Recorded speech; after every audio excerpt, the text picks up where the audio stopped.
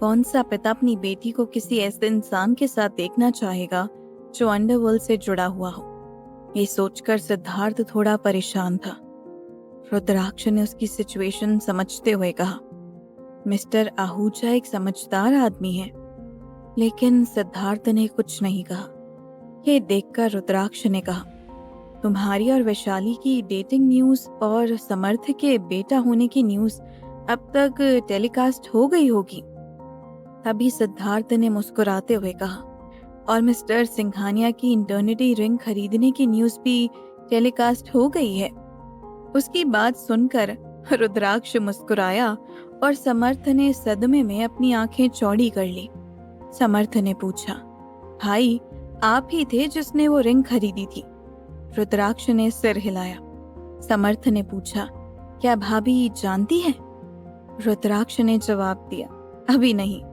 सिद्धार्थ ने समर्थ से पूछा, तुम अक्षित और अंशिका के मैटर को समझाने के लिए क्या सोच रहे हो?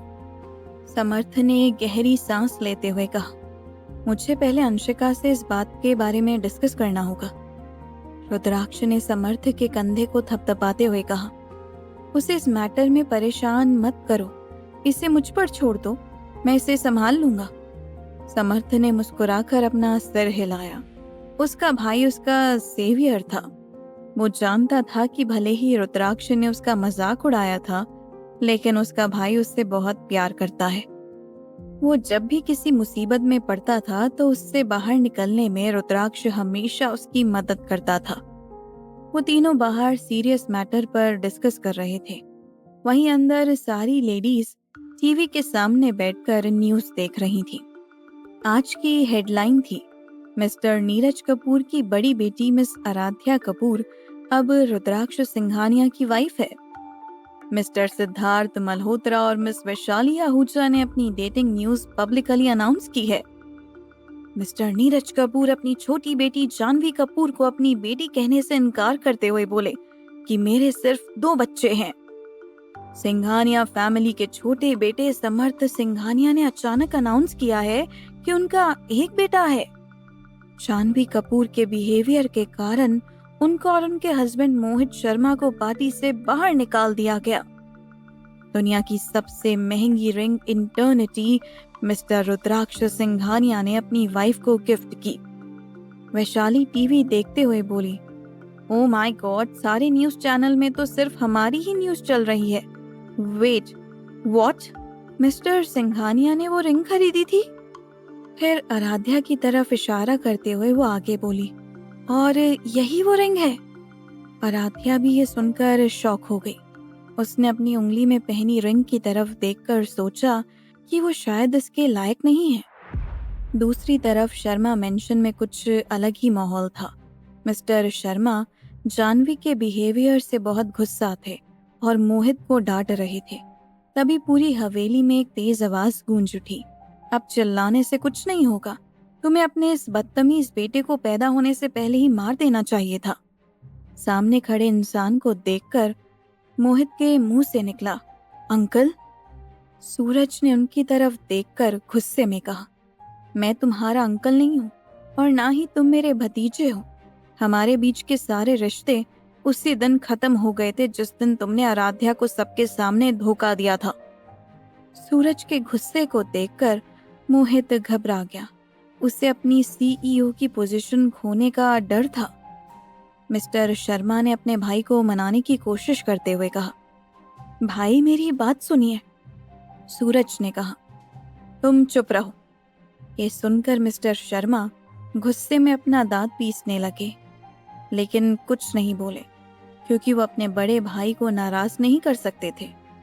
तभी अचानक पूरे हॉल में एक जोरदार चटाक की आवाज गूंज उठी, क्योंकि सूरज ने मोहित के गाल पर एक जोरदार तमाचा मार दिया था। मोहित इस थप्पड़ से एकदम हैरान हो गया। वो खुद को संभाल पाता उससे पहले ही सूरज ने फिर से उसके गाल पर एक दूसरा तमाचा मारते हुए कहा, ये कपूर इंडस्ट्रीज पर गंदी चाल चलने के लिए है। मोहित ने अपने गुस्से को कंट्रोल करने के लिए अपने हाथों की मुट्ठियां भींच ली, क्योंकि उसे पता था वो सूरज के सामने कुछ नहीं कह सकता। उसे चुपचाप खड़ा देखकर सूरज ने हंसते हुए कहा, क्या हुआ, क्या तुम कुछ नहीं कहोगे? क्या तुम ये नहीं कहोगे कि तुमने कुछ गलत नहीं किया? फिर कुछ देर रुकते हुए उन्होंने आगे कहा, तुम्हें अपनी पोजीशन खोने का डर है ना? ये सुनकर मोहित डर गया। सूरज ने कहा, मैं शर्मा इंडस्ट्रीज का सबसे बड़ा शेयर होल्डर हूँ। अगर मैं चाहूँ तो तुम्हें आसानी से सीईओ की पोजीशन से हटा सकता हूँ। फिर कुछ देर रुकते हुए उन्होंने कहा, लेकिन मैं ऐसा नहीं करूँगा। ये सुनकर मोहित ने हैरानी में अपनी आंखें सिकुड़ ली और उनकी बात सुनकर मिस्टर शर्मा भी हैरान रह गए। वहीं सूरज अपने सामने खड़े दोनों बेशर्म आदमियों को देखकर हंसते हुए बोले, क्या चौंक गए? मोहित की तरफ इशारा करते हुए सूरज ने कहा, मैं चाहता हूं कि वो कंपनी का सीईओ बना रहे ताकि वो अपने हाथों से सब कुछ बर्बाद कर सके। तुम सबको क्या लगता है? ये सुनकर मोहित और मिस्टर शर्मा उन्हें देखने लगे। मोहित ने अपनी आंखों को घुमाया। सूरज ने जो कहा था उसका मतलब तो वो नहीं समझ पाया, लेकिन वो इस बात के लिए खुश था कि उसे अब अपनी पोजीशन नहीं खोनी पड़ेगी।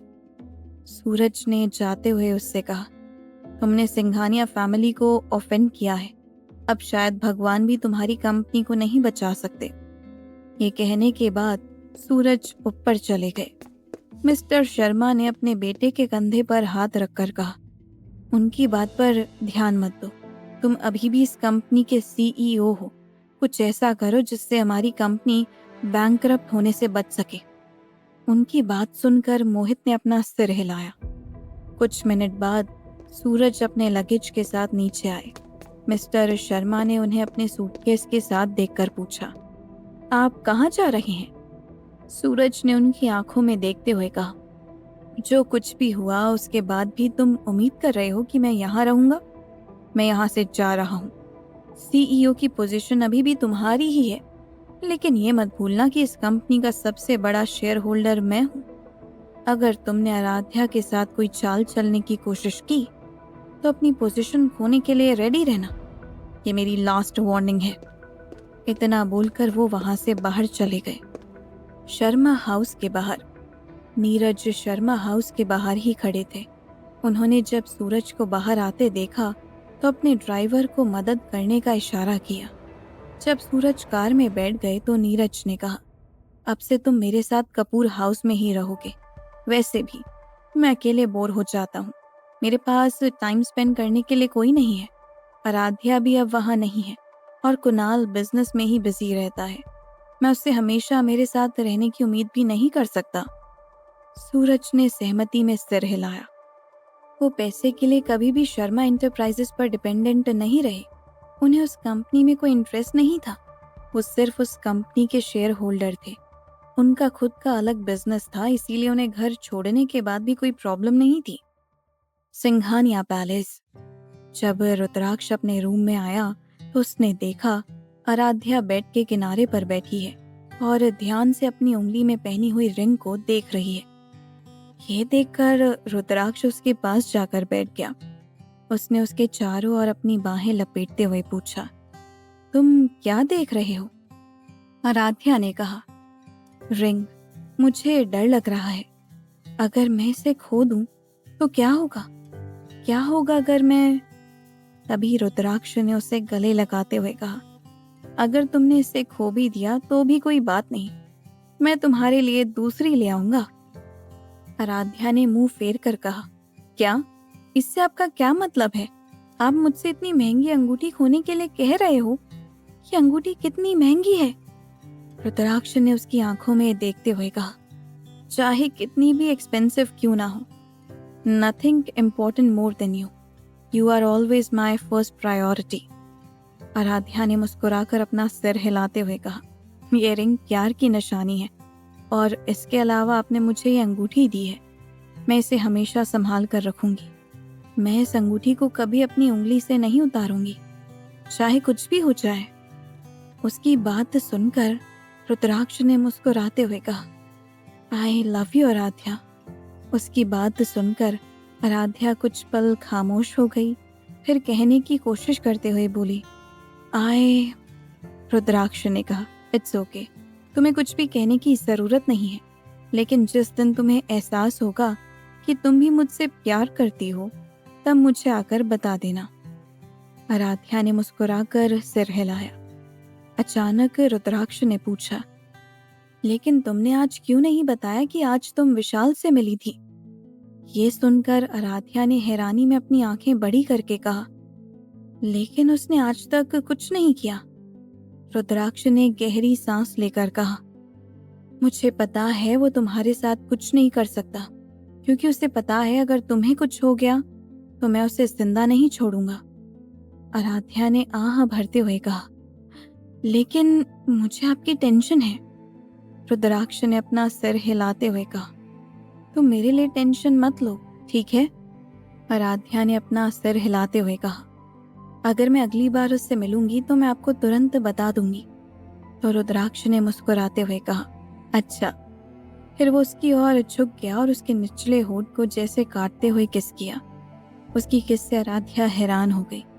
रुद्राक्ष की किस काफी इंटेंस थी। अनजाने में ही आराध्या ने अपनी बाहों को उसके गले में लपेट लिया और उसे वापस किस करने लगी। शर्मा हाउस। सूरज के वहां से जाने के बाद मिस्टर शर्मा ने हंसते हुए कहा, अच्छा हुआ कि वो यहाँ से चला गया। लेकिन मोहित ने कुछ नहीं कहा।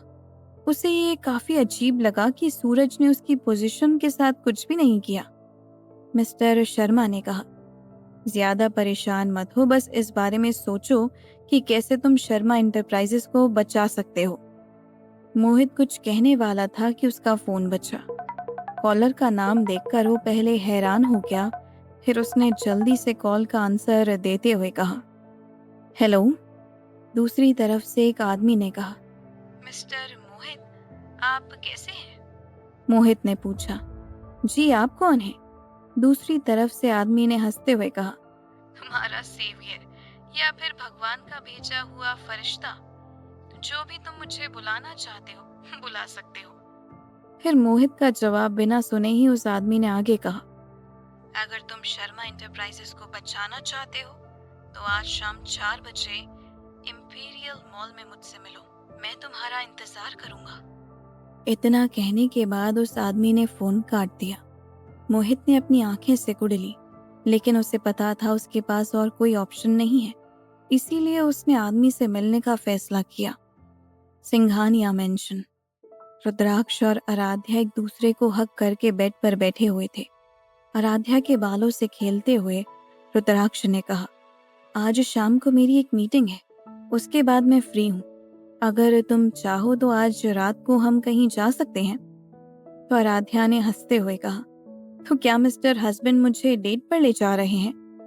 रुद्राक्ष ने मुस्कुराते हुए कहा, हाँ, मुझे तुम्हें इम्प्रेस करने का कभी मौका ही नहीं मिला, इसीलिए मैंने डिसाइड किया है कि मैं तुम्हें डेट पर ले जाऊंगा और तुम्हारे लिए सरप्राइज प्लान करूंगा। उसकी बात सुनकर आराध्या हंसते हुए बोली, मैं पहले से ही आपकी वाइफ हूँ, फिर भी आप मुझे इम्प्रेस करना चाहते हैं? रुद्राक्ष ने कहा, हाँ चाहता हूँ। आराध्या ने पूछा, तो फिर आप मुझे लेकर कहाँ जाने का प्लान बना रहे हैं? रुद्राक्ष ने पूछा, तुम बोलो, तुम कहाँ जाना चाहती हो? आराध्या ने कहा, मुझे इंपीरियल मॉल से कुछ खरीदना है। क्या आप पहले मेरे साथ वहां पर जाएंगे? उसके बाद हम जहाँ चाहे वहां जा सकते हैं। रुद्राक्ष ने मुस्कुराते हुए कहा, ठीक है, जैसा तुम चाहो। वहीं दूसरी तरफ सिद्धार्थ ने वैशाली के परेशान चेहरे को देखते हुए पूछा, तुम क्यों परेशान हो? मैं तुम्हारे डैड से मिलने जा रहा हूँ, तुम नहीं। सिद्धार्थ की टाई ठीक करते हुए वैशाली ने कहा, मैं नर्वस नहीं हूँ, बस ये टाई। सिद्धार्थ ने उसके दोनों हाथ पकड़ते हुए कहा, रिलैक्स वैशाली, सब कुछ ठीक है, मैं देख लूंगा सब कुछ। फिर वैशाली के फोरहेड पर किस करते हुए उसने आगे कहा, मॉम और आराध्या के साथ यहीं रहो, तुम्हारे पापा के साथ मीटिंग के बाद रात को हम दोनों डिनर पर जाएंगे। उसकी बात सुनकर वैशाली ने हाँ में सिर हिलाया। क्या होने वाला है सिद्धार्थ और मिस्टर आहूजा की मीटिंग में? क्या मिस्टर आहूजा उन दोनों के रिश्ते को मंजूरी देंगे? जानने के लिए सुनते रहिए ये कहानी सिर्फ पॉकेट एफएम पर।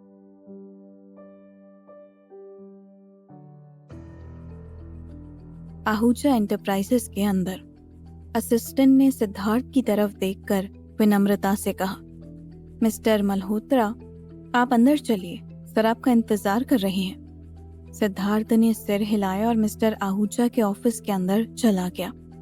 सिद्धार्थ को वहां पर देखकर मिस्टर आहूजा ने अपने असिस्टेंट को जाने का इशारा किया। फिर मिस्टर आहूजा ने पूछा, तुम क्या पीना चाहते हो, टी और कॉफी? सिद्धार्थ ने जवाब दिया, सिर्फ पानी। मिस्टर आहूजा ने सिद्धार्थ के लिए एक गिलास पानी निकालकर उसके सामने रखते हुए कहा, मुझे उम्मीद है मेरी बेटी के लिए तुम्हारा प्यार सच्चा है। सिद्धार्थ ने सिर हिलाते हुए कहा, मेरे प्यार पर मुझे कोई डाउट नहीं है। तो मिस्टर आहूजा ने मुस्कुराते हुए कहा, तुम सच में मेरी बेटी के लिए एक परफेक्ट मैच हो और मैं देख सकता हूँ कि वो भी तुम्हें पसंद करती है। तुम दोनों साथ में बहुत अच्छे लगते हो। लेकिन ये बोलते बोलते अचानक मिस्टर आहूजा के चेहरे की मुस्कान गायब हो गई और उसकी जगह एक बहुत ही कोल्ड एक्सप्रेशन के साथ उन्होंने कहा, लेकिन अगर तुमने कभी उसे हर्ट किया या फिर रुलाया तो फिर तुम जिंदा नहीं रहोगे। मुझे तुम्हारी बॉडी पर 60 गोलियां चलाने में कोई प्रॉब्लम नहीं होगी। फिर थोड़ी देर रुकते हुए उन्होंने आगे कहा, मैं 30 साल से अंडरवर्ल्ड का हिस्सा हूँ, लेकिन मैंने हमेशा अपने फैमिली मेंबर को इससे दूर रखा है, खासकर मेरी वाइफ और वैशाली को। मेरे चाहे कितने भी दुश्मन हो, लेकिन मैंने कभी भी उन्हें अपनी फैमिली मेंबर्स तक पहुंचने नहीं दिया। तुम और तुम्हारा दोस्त कुछ साल पहले अंडरवर्ल्ड में शामिल हुए थे। तुम्हारा दोस्त अब अंडरवर्ल्ड का किंग है और वहां पर सारे लोग तुमसे डरते हैं। इन कुछ सालों में तुम दोनों ने उन ऊंचाइयों को छू लिया जो मैं 30 साल में नहीं कर पाया। तो नॉर्मली मेरे जितने दुश्मन हैं उससे कहीं ज्यादा तुम्हारे दुश्मन हैं। आई डोंट केयर तुम एक हार्टलेस पर्सन हो या नहीं। मुझे कोई परवाह नहीं है कि तुम कितने निर्दयी हो। मैं इस चीज को भी नजरअंदाज कर दूंगा कि तुमने मेरे सामने बिना पल के झपकाए एक इंसान के बॉडी में 30 गोलियां चलाई, क्योंकि मुझे पता है अंडरवर्ल्ड में दया, माफी ये शब्द एग्जिस्ट नहीं करता। लेकिन मुझे उम्मीद है कि तुम भी मेरी बेटी को वैसे ही प्रोटेक्ट करोगे जैसे मैं करता रहा हूँ। तुम हमेशा उसे अपने दुश्मनों से दूर रखोगे और सेफ रखोगे। मेरे और अंडरवर्ल्ड के बीच के कनेक्शन के बारे में उसे नहीं पता और ना ही मैं उसे बताना चाहता हूँ। फिर सिद्धार्थ के कंधे पर हाथ रखते हुए मिस्टर आहूजा ने आगे कहा, मैं जानता हूँ कि तुम्हारे अंदर बहुत एबिलिटी है। क्या मैं तुम्हारे ऊपर भरोसा कर सकता हूँ? इसके जवाब में सिद्धार्थ ने कुछ कहा तो नहीं, लेकिन मिस्टर आहूजा की तरफ देखकर मुस्कुरा दिया। मिस्टर आहूजा ने पूछा, क्या मुझे इस मुस्कान को हाँ के रूप में लेना चाहिए? सिद्धार्थ ने कॉन्फिडेंस के साथ कहा, मैं अपनी पूरी ताकत से वैशाली को प्रोटेक्ट करूंगा। मैं अपने दुश्मनों को कभी भी उसे नुकसान नहीं पहुंचाने दूंगा। मैं हर उस इंसान को मौत के घाट उतार दूंगा जो उसे नुकसान पहुंचाने की कोशिश करेगा। तो मिस्टर आहूजा ने मुस्कुराते हुए कहा, तुम मेरी बेटी से प्यार करते हो ना? सिद्धार्थ ने भी मुस्कुराकर कहा, क्या ये क्लियर नहीं है? मिस्टर आहूजा हंसते हुए बोले, ये तुम्हारे चेहरे पर लिखा है। मुझे पता है कि तुम में मेरी बेटी को सेफ रखने की एबिलिटी है। सिद्धार्थ ने सिर हिलाते हुए कहा, मैं आपसे कुछ और भी बात करना चाहता हूँ।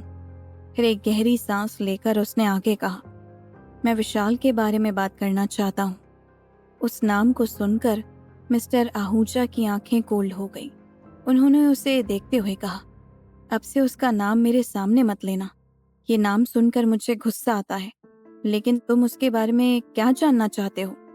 सिद्धार्थ ने कहा, सब कुछ जो आप जानते हैं। मिस्टर आहूजा ने कहा, he is planning something big.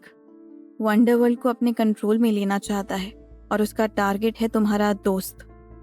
फिर थोड़ी देर रुकते हुए मिस्टर आहूजा ने आगे कहा, क्योंकि तुम्हारे दोस्त के जिंदा रहते वो अंडरवर्ल्ड को अपने कंट्रोल में नहीं ले सकता। मैंने यहाँ तक सुना है कि उसकी बेटी भी जल्द ही अंडरवर्ल्ड में शामिल होने वाली है। सिद्धार्थ चुपचाप उनकी बातें सुनता रहा, लेकिन कुछ बोला नहीं।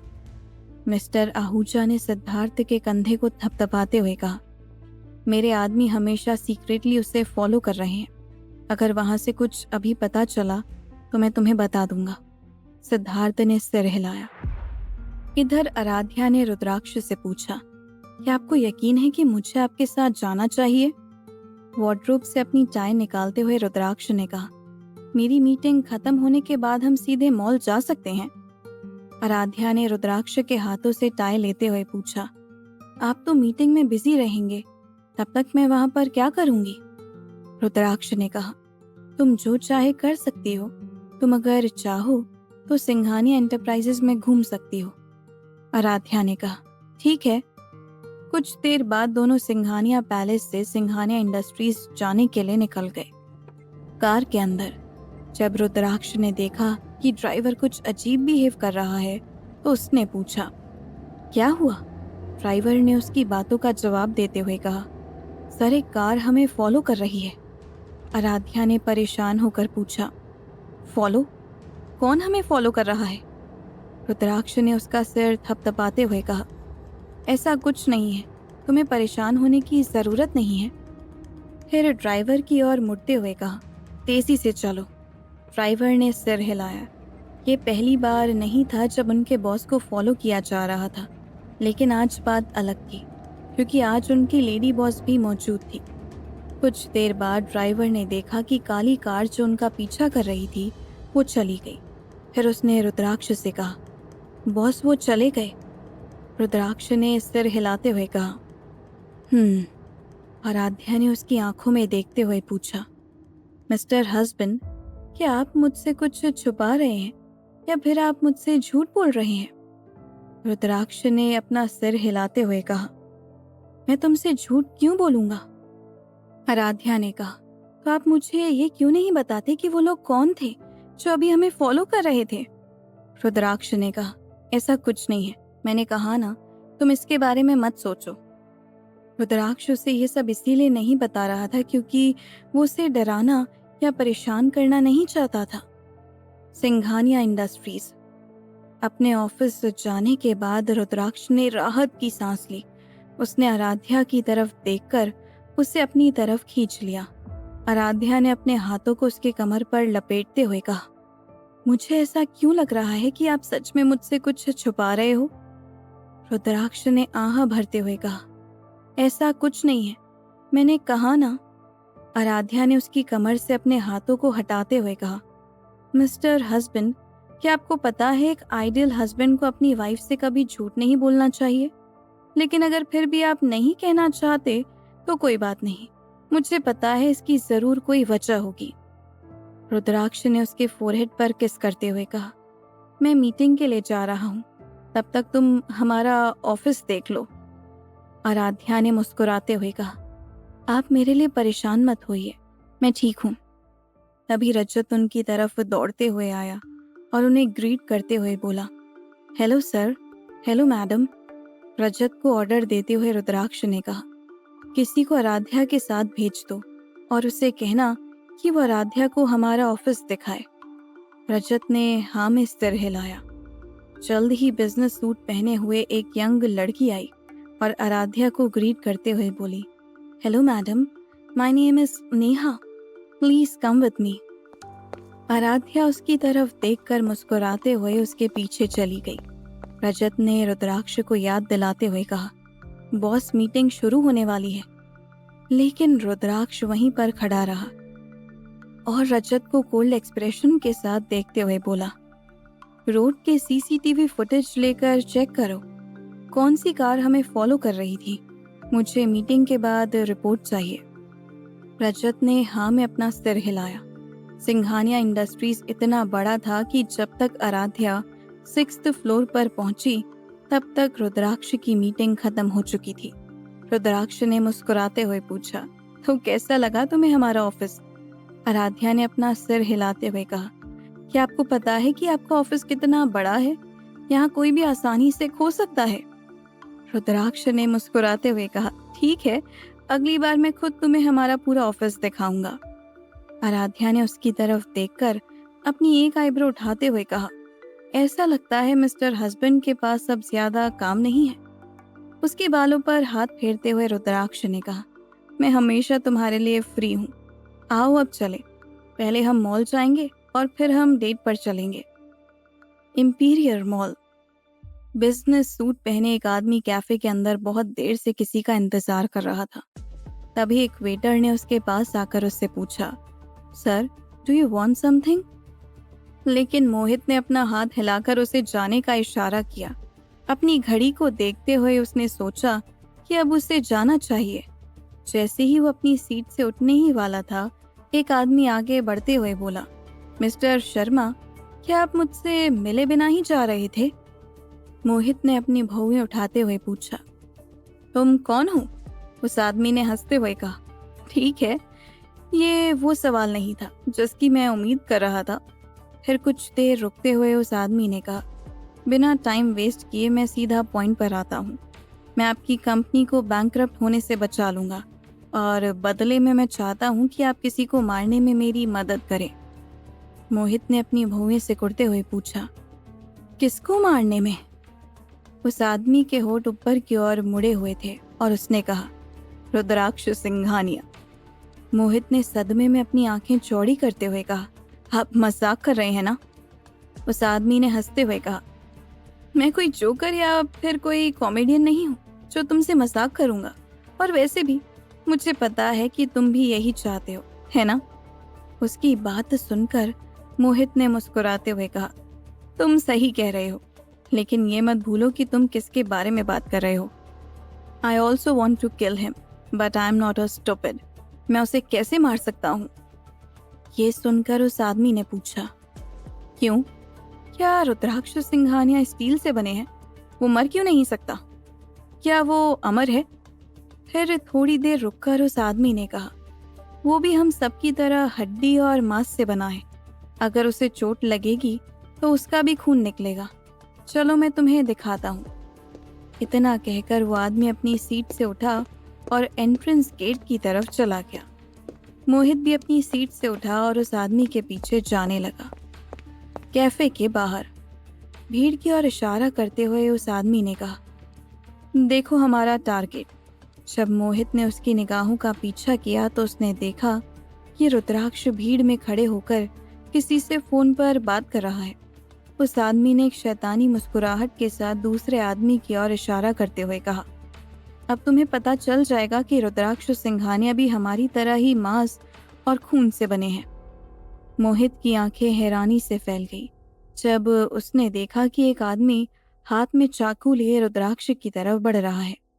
फिर उस आदमी ने कहा, बस कुछ देर रुको, अभी काम हो जाएगा। मोहित चिल्लाया, उसे रोको। लेकिन उसने देखा वो आदमी और भी तेजी से रुद्राक्ष की तरफ बढ़ रहा था। रुद्राक्ष अपने फोन में बिजी था, इसीलिए उसने उस आदमी को नोटिस नहीं किया। तभी आराध्या चिल्लाते हुए रुद्राक्ष की तरफ जाते हुए बोली, रुद्र, हटो वहां से। जब हमलावर ने देखा कि एक लड़की उसकी तरफ आ रही है तो उसने अपनी स्पीड बढ़ा दी। जैसे ही वो रुद्राक्ष के पेट में चाकू मारने वाला था कि आराध्या बीच में आ गई। अचानक बीच में आने की वजह से वो चाकू रुद्राक्ष को ना लगकर आराध्या को लग गई। हमलावर घबरा गया। उसने जबरदस्ती उसके बॉडी से चाकू निकाला और भागने की कोशिश की। जब हमलावर ने चाकू निकाला, आराध्या दर्द से चिल्लाई, आह!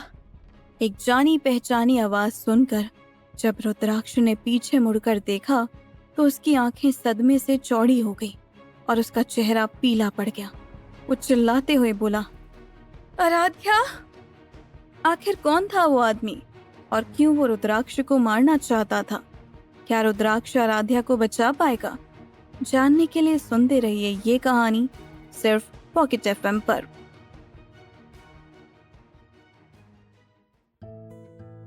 एक घंटा पहले जब रुद्राक्ष और आराध्या मॉल के अंदर आए तो आराध्या ने उससे कहा, आप यहीं रुकिए, मेरी शॉपिंग जल्दी ही खत्म हो जाएगी। उसकी बात सुनकर रुद्राक्ष ने हंसते हुए कहा, कोई बात नहीं, मुझे पता है तुम्हारी शॉपिंग इतनी जल्दी खत्म नहीं होने वाली, तो तुम आराम से अपनी शॉपिंग पूरी कर सकती हो, मुझे कोई प्रॉब्लम नहीं है। आराध्या ने कहा, आप किस बात पर हंस रहे हैं? लड़कियां जल्दी ही अपनी शॉपिंग पूरी कर लेती हैं, ठीक है? रुद्राक्ष ने हार मानते हुए कहा, ठीक है, लेकिन तुम पहले कहाँ जाना चाहती हो? एक स्टोर की ओर इशारा करते हुए आराध्या ने कहा, हम पहले वहां चलते हैं। रुद्राक्ष अपना हाथ उसके कंधे पर रखकर उसे लेकर स्टोर के अंदर चला गया। वो अंदर गई और जल्दी से अपनी जरूरत की सारी चीजें उठा ली। वो सच में बहुत तेज थी। बिलिंग काउंटर की ओर बढ़ते हुए आराध्या ने कहा, देखो मैंने आपसे कहा था ना, मैं बहुत फास्ट हूँ। उसकी ओर देखकर रुद्राक्ष ने सहमति में सिर हिलाया। जैसे ही रुद्राक्ष अपना कार्ड निकालने वाला था, तभी उसका फोन बज उठा। आराध्या को कार्ड देते हुए रुद्राक्ष ने कहा, मुझे एक कॉल रिसीव करना है। कार्ड लेते हुए आराध्या ने कहा, ठीक है तो फिर आप बाहर मेरा वेट कीजिए। रुद्राक्ष ने सिर हिलाया और बाहर चला गया। स्टोर के बाहर फोन रिसीव करने के बाद रुद्राक्ष ने कहा, क्या हुआ? दूसरी तरफ से रजत ने कहा, बॉस, जो लोग आपका पीछा कर रहे थे वो विशाल के आदमी थे। ये सुनकर रुद्राक्ष की आंखें डार्क हो गई। उसे पहले ही इसका अंदाजा हो गया था। एक गहरी सांस लेकर रुद्राक्ष ने कहा, सिंघानिया पैलेस और सिंघानिया इंडस्ट्रीज की सिक्योरिटी बढ़ा दो और कल सिद्धार्थ को हमारे बेस पर मुझसे मिलने के लिए कहो। तभी रजत ने उसे याद दिलाते हुए कहा, लेकिन सर कल सुबह 11 बजे आपकी एक इम्पोर्टेंट मीटिंग है। रुद्राक्ष ने अपने कोल्ड वॉइस में कहा, उसे कैंसिल कर दो। जब रुद्राक्ष रजत के साथ बात करने में बिजी था, तभी आराध्या अपना शॉपिंग बैग लेकर स्टोर से बाहर आई। जैसे ही उसने स्टोर से बाहर कदम रखा, उसने रुद्राक्ष को देखा। वो मुस्कुराई और उसकी ओर चलने लगी। तभी उसने देखा कि एक आदमी हाथ में कोई नुकीली चीज लिए रुद्राक्ष की ओर बढ़ रहा है। ये देखकर वो घबरा गई। आराध्या अपने हाथ में पकड़े सारे शॉपिंग बैग्स को छोड़कर बोली, रुद्र, हटिए वहां से। और जब उसने देखा कि वो आदमी और भी तेजी से रुद्राक्ष की ओर बढ़ने लगा, तो वो भी उसकी तरफ बढ़ने लगी। जैसे ही वो आदमी रुद्राक्ष पर हमला करने वाला था, आराध्या उनके बीच में आ गई और आराध्या के मुंह से आह निकल गई। इन प्रेजेंट जब रुद्राक्ष पीछे मुड़ा तो उसने देखा आराध्या अपना पेट पकड़कर जमीन पर बैठ गई। ये देखकर वो बहुत ज्यादा घबरा गया और उसकी तरफ चला आया। आराध्या के पास आकर उसने उसका सिर अपनी गोद में रखकर उसे देखने लगा। आराध्या ने रुद्राक्ष को देखकर उसके गालों को छूते हुए लो वॉइस में कहा, क्या आप ठीक हैं? लेकिन जब उसने आराध्या के शरीर पर खून के धब्बे देखे तो उसकी सांसें उसके गले में ही अटक गई। वो बड़बड़ाते हुए बोला, खून? आराध्या उसे देखकर हल्के से मुस्कुराई और फिर भी होश हो गई। उसके गालों को टैप करते हुए रुद्राक्ष ने उसे जगाने की कोशिश करते हुए कहा, आराध्या, आराध्या, आराध्या उठो। तभी उसने देखा कि आराध्या के पेट से खून बह रहा है। ये देखकर रुद्राक्ष का चेहरा पीला पड़ गया, लेकिन उसने हिम्मत करके कहा, खून? आराध्या उठो ना प्लीज। कुछ ही देर में मैनेजर सिक्योरिटी गार्ड्स के साथ वहां पर आ गया। जब मॉल मैनेजर ने इस हादसे के बारे में सुना तो उसे लगा शायद ये नॉर्मल हादसा है, लेकिन जब उसने रुद्राक्ष को हेल्पलेसली अपनी वाइफ को पकड़े हुए देखा तो मॉल का मैनेजर घबरा गया। घबराते हुए मैनेजर ने कहा, मिस्टर सिंघानिया, हमें मिसेस सिंघानिया को हॉस्पिटल ले जाना चाहिए, उनका बहुत ज्यादा खून बह रहा है। रुद्राक्ष ने हामी भरते हुए उसे अपनी बाहों में लेकर कहा, मैं आपको इन्वेस्टिगेट करने के लिए 1 घंटा टाइम देता हूँ। पता करो वो आदमी कौन था, लेकिन अगर आप ये पता नहीं कर पाए तो इंपीरियल मॉल कल से यहाँ मौजूद नहीं रहेगा। ये सुनकर मैनेजर के चेहरे पर पसीना आ गया। उसने सिर हिलाते हुए कहा, मिस्टर सिंघानिया, आप परेशान मत होइए, मैं इस चीज की इन्वेस्टिगेशन खुद कर लूंगा। रुद्राक्ष ने उसकी बातों का कोई जवाब नहीं दिया। उसने आराध्या को अपनी बाहों में उठाया और अपनी कार की तरफ चला गया। कैफे के बाहर खड़े उस आदमी ने धीरे से कहा, सो बैड। जो हुआ था उसे देखने के बाद मोहित हैरान था। जब उसने देखा रुद्राक्ष को बचाने के लिए आराध्या ने खुद अपनी जान को जोखिम में डाल दिया तो उसे अपने दिल में एक चुभन महसूस हुई। उसके दिल में तरह तरह के ख्याल आने लगे। वो अपना सिर नीचे करके सोचते हुए मन में बोला, अगर मैंने उस दिन आराध्या से शादी कर ली होती तो क्या वो मेरे लिए भी ऐसा ही करती? उस आदमी ने कहा, सॉरी मिस्टर मोहित, मैं तुम्हें ये नहीं दिखा सका कि रुद्राक्ष सिंघानिया भी हमारी तरह ही है। लेकिन मोहित ने कुछ नहीं कहा। फिर उस आदमी ने आके कहा, क्या तुमने अभी उसका चेहरा देखा? मैंने जितना सोचा था उसका एक्सप्रेशन उससे कहीं ज्यादा बेहतर था। मोहित ने अपनी आंखें सिकुड़ते हुए उससे पूछा, तुम कौन हो और तुम उनके पीछे क्यों पड़े हो? वो आदमी हंसकर बोला, क्या तुम अभी तक नहीं समझे कि मैं उसे मारना चाहता हूँ?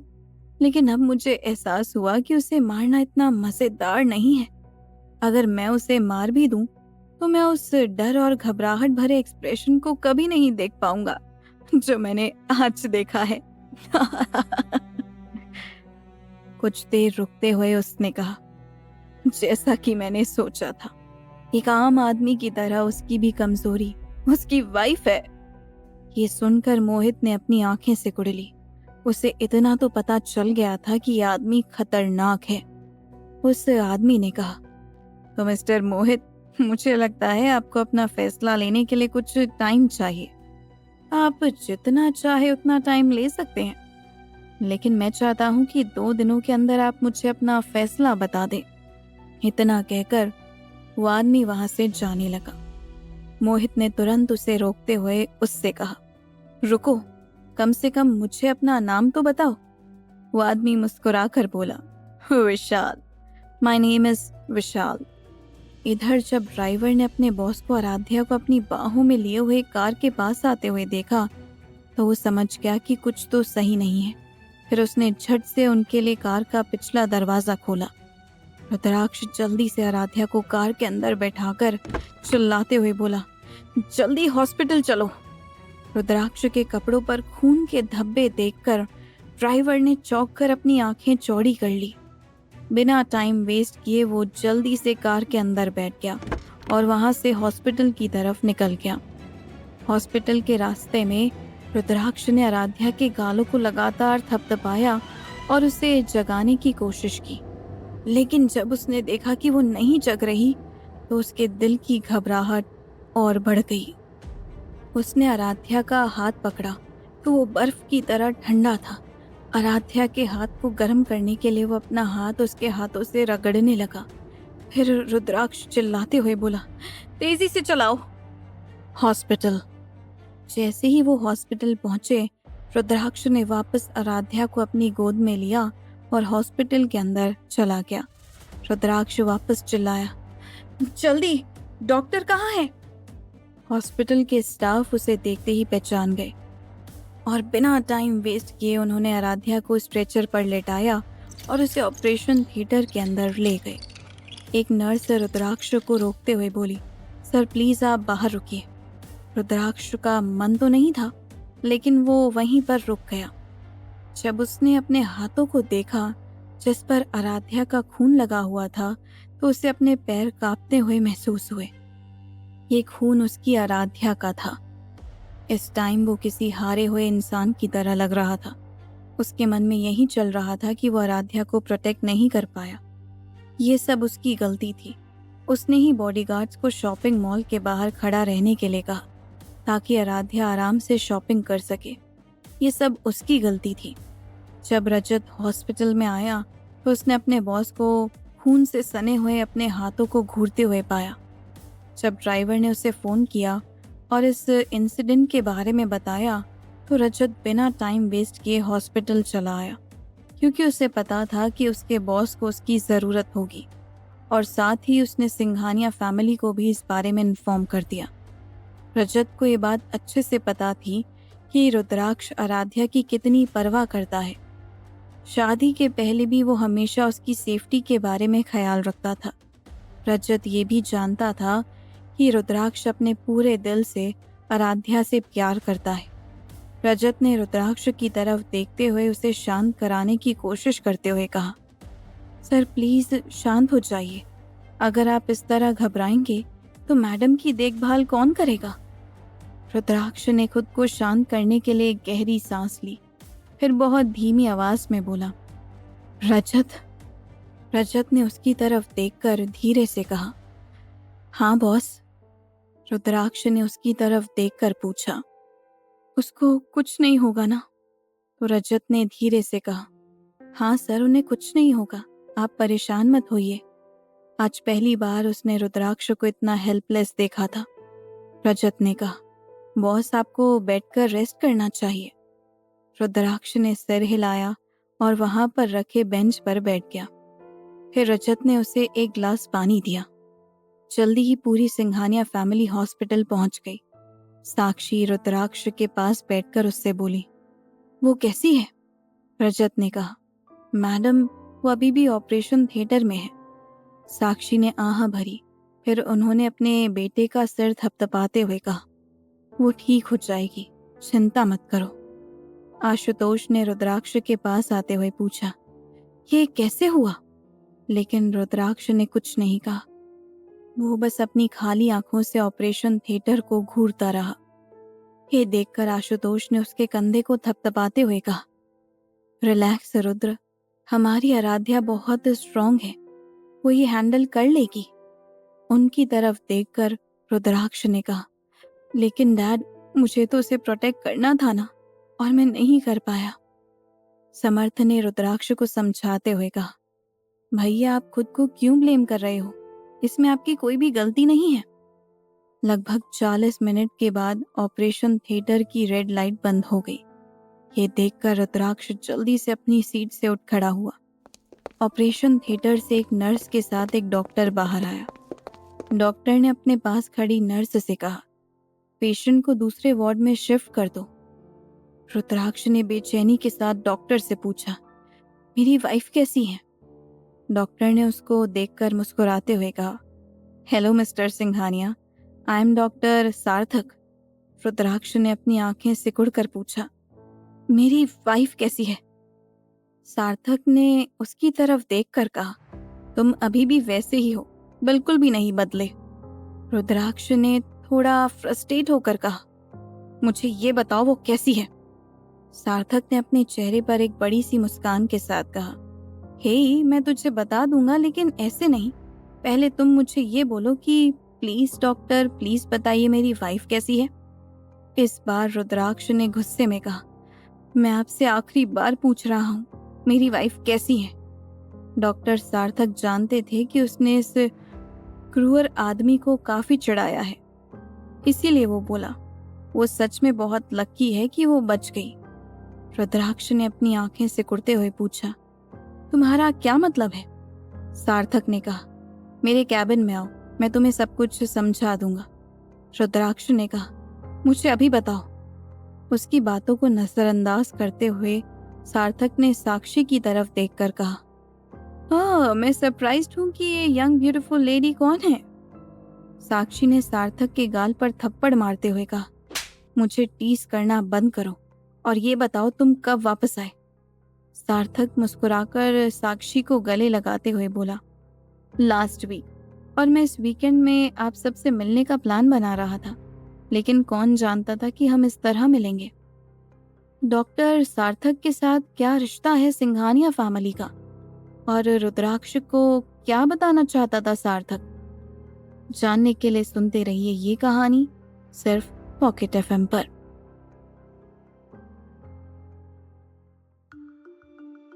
सार्थक ने मुस्कुराकर साक्षी को गले से लगाते हुए कहा, लास्ट वीक मैं इस वीकेंड में आप सबसे मिलने का प्लान बना रहा था, लेकिन कौन जानता था कि हम इस तरह मिलेंगे। साक्षी ने हल्की सी मुस्कुराहट के साथ कहा, मुझे भरोसा नहीं हो रहा कि तुम सच में डॉक्टर बन गए हो। सार्थक ने रुद्राक्ष की ओर इशारा करते हुए कहा, मुझे भी भरोसा नहीं हो रहा कि आप जैसी स्वीट और क्यूट पर्सन का बेटा ऐसा हो सकता है। साक्षी ने हंसते हुए कहा, क्योंकि आराध्या की रिस्पॉन्सिबिलिटी अब तुम्हारे हाथों में है तो मुझे कोई टेंशन नहीं है। वो सब बात ही कर रहे थे कि सिद्धार्थ और वैशाली भी वहां पर आ गए। जब सिद्धार्थ ने एक जाने पहचाने इंसान को साक्षी के पास खड़ा देखा तो उसने अपनी आंखें सिकुड़ते हुए कहा, तुम यहाँ क्या कर रहे हो? सार्थक ने कहा, तुम एक डॉक्टर से पूछ रहे हो कि वो हॉस्पिटल में क्या कर रहा है? सीरियसली, कहाँ से आते हैं ऐसे लोग? सिद्धार्थ ने अपनी आंखें घुमाते हुए कहा, मेरा मतलब है कि तुम कब वापस आए? सार्थक ने कहा। Last week. तो सिद्धार्थ ने सार्थक के चेहरे पर एक मुक्का मारते हुए कहा। और तुमने हमें इन्फॉर्म भी नहीं किया? सार्थक ने अपने चेहरे पर हाथ फेरते हुए कहा। अरे यार, क्या तुम मेरे हैंडसम फेस को डिस्ट्रॉय करना चाहते हो? इससे पहले कि सिद्धार्थ कुछ कह पाता, आराध्या को ऑपरेशन थिएटर से बाहर लाया गया।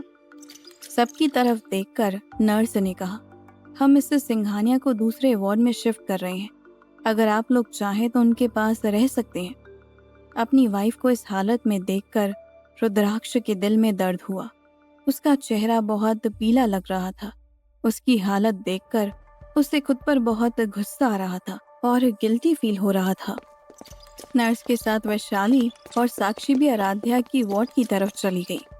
आशुतोष ने रुद्राक्ष के कंधे पर थपथपाते हुए कहा, अपना टाइम खुद को गिल्टी फील कराने में वेस्ट मत करो।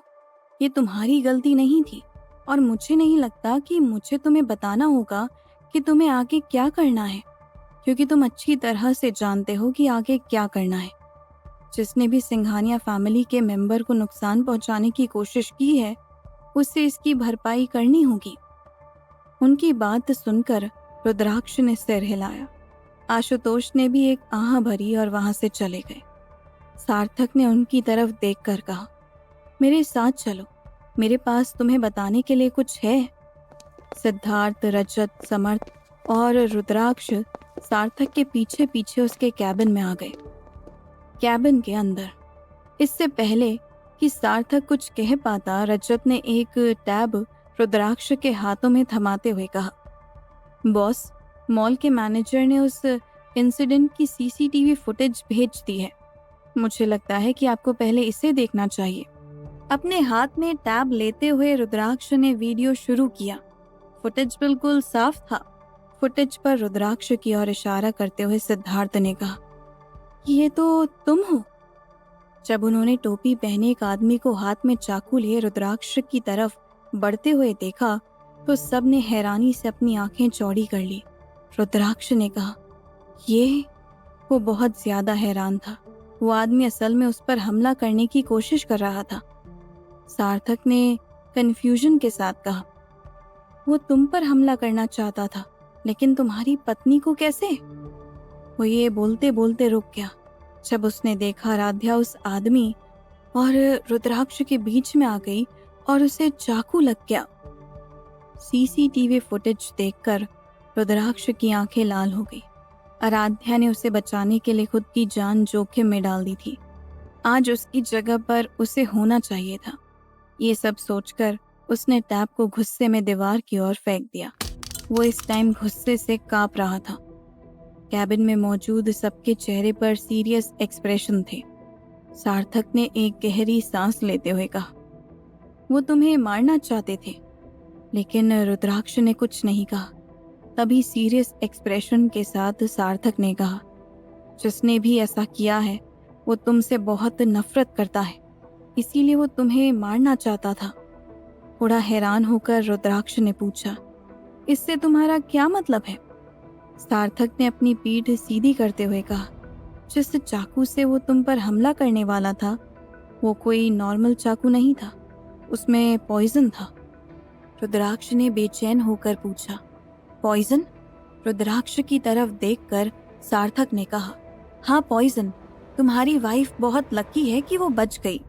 जब तक वो हॉस्पिटल पहुंची तब तक उसका बहुत खून बह चुका था और उसकी बॉडी में पॉइजन चलना भी शुरू हो गया था, लेकिन हम उस पॉइजन को बाहर निकाल सके, वरना।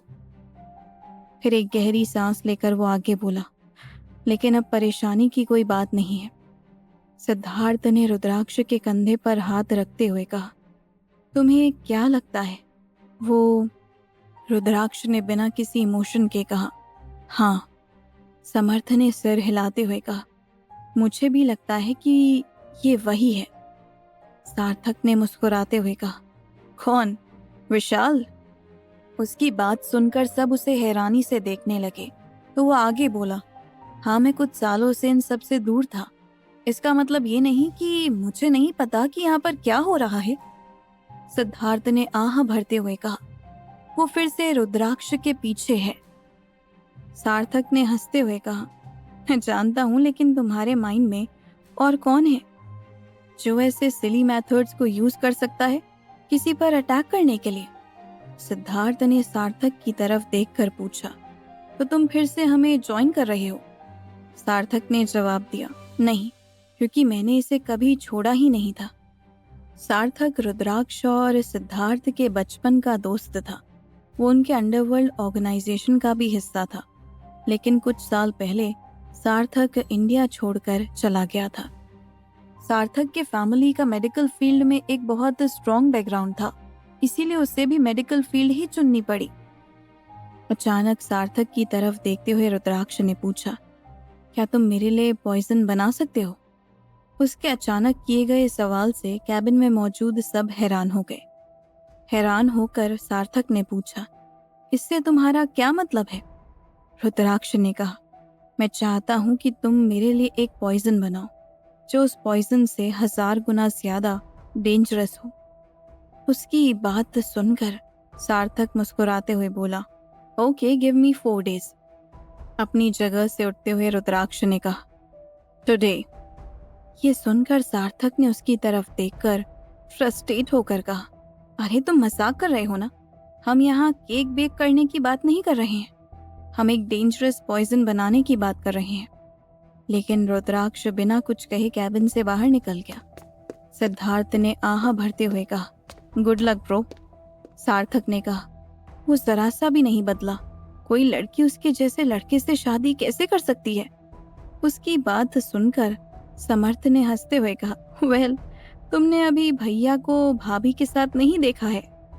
सार्थक ने अपना सफेद कोट उठाते हुए कहा, ओके, अब मुझे चलना चाहिए क्योंकि मुझे अब एक पॉइजन बनाना है। जब रुद्राक्ष आराध्या के वार्ड में आया तो उसने देखा साक्षी आराध्या के पास बैठी थी और वैशाली सोफे पर बैठी थी। रुद्राक्ष की तरफ देखकर साक्षी ने कहा, आओ यहाँ बैठो। रुद्राक्ष ने अपना सिर नीचे करते हुए कहा, इट्स ओके। वो कैसी है? साक्षी ने कहा, वो अभी भी बेहोश है, लेकिन नर्स ने कहा कि वो जल्दी ही जाग जाएगी। तुम्हें यहाँ रहना चाहिए। रुद्राक्ष गहरी सांस लेते हुए उदास आवाज में बोला, इट्स ओके, आप सब है ना उसकी देखभाल करने के लिए। मैं बाहर इंतजार कर रहा हूँ। अगर आपको कुछ चाहिए तो मुझे कॉल करना। फिर बिना कुछ सुने वो वार्ड से बाहर निकल गया। उसे समझ में नहीं आ रहा था कि वो आराध्या का सामना कैसे करेगा। आराध्या को प्रोटेक्ट करना उसकी रिस्पॉन्सिबिलिटी थी, लेकिन ये सब सोचकर उसने आह भरी और वार्ड के बाहर एक बेंच पर बैठ गया। जल्दी ही रजत रुद्राक्ष की ओर आते हुए बोला, सर, हमने उसे ढूंढ लिया है। ये सुनकर रुद्राक्ष की आंखें डार्क हो गई, लेकिन उसने कुछ नहीं कहा। रजत ने पूछा, अब क्या सर? रुद्राक्ष ने कोल्ड वॉइस में कहा, उसे बेस पर ले जाओ। कोई उसे छूना नहीं चाहिए। मेरी परमिशन के बिना उसका एक बाल भी बाका नहीं होना चाहिए। अंडरस्टैंड? रजत ने हाँ में सिर हिलाया। वहीं दूसरी ओर एक आदमी अपने बिजनेस सूट में सोफे पर बैठकर शराब पी रहा था। वो बहुत खुश लग रहा था और उसके चेहरे पर एक बड़ी मुस्कान थी, लेकिन उसकी मुस्कान फीकी पड़ गई जब उसके सबॉर्डिनेट ने उसे एक न्यूज़ दी। सबॉर्डिनेट ने कहा, सर, उस आदमी को पकड़ लिया गया है। वो आदमी अपनी शराब का ग्लास मेज पर पटकते हुए चिल्लाया, ये कैसे पॉसिबल है? क्या मैंने तुम सबसे ये नहीं कहा था कि उस आदमी के सारे ट्रेसेस इस दुनिया से हटा दो?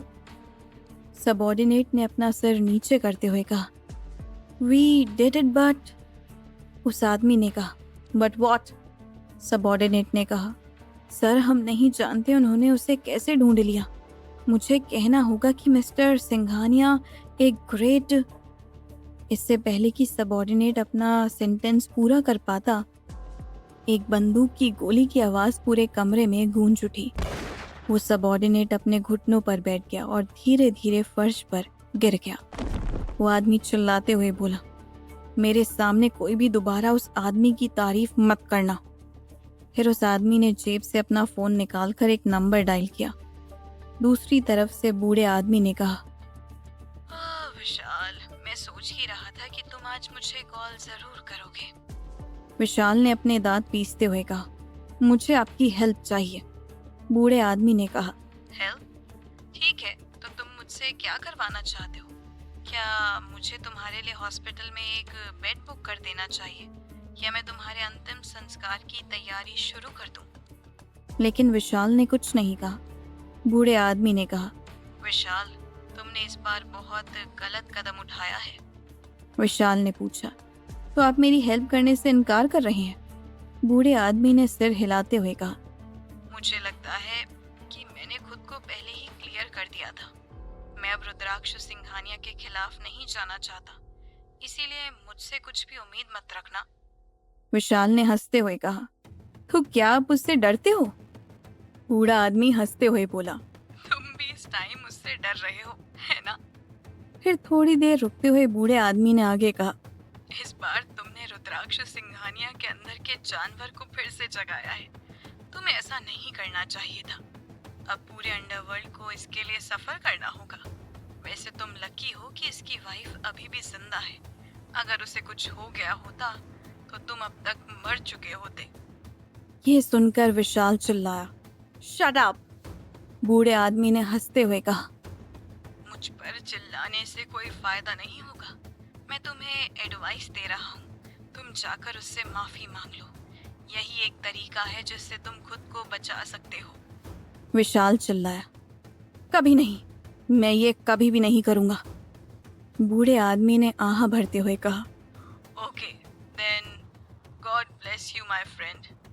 इतना कहकर उस बूढ़े आदमी ने फोन काट दिया। हॉस्पिटल में साक्षी अभी भी आराध्या के पास बैठी थी।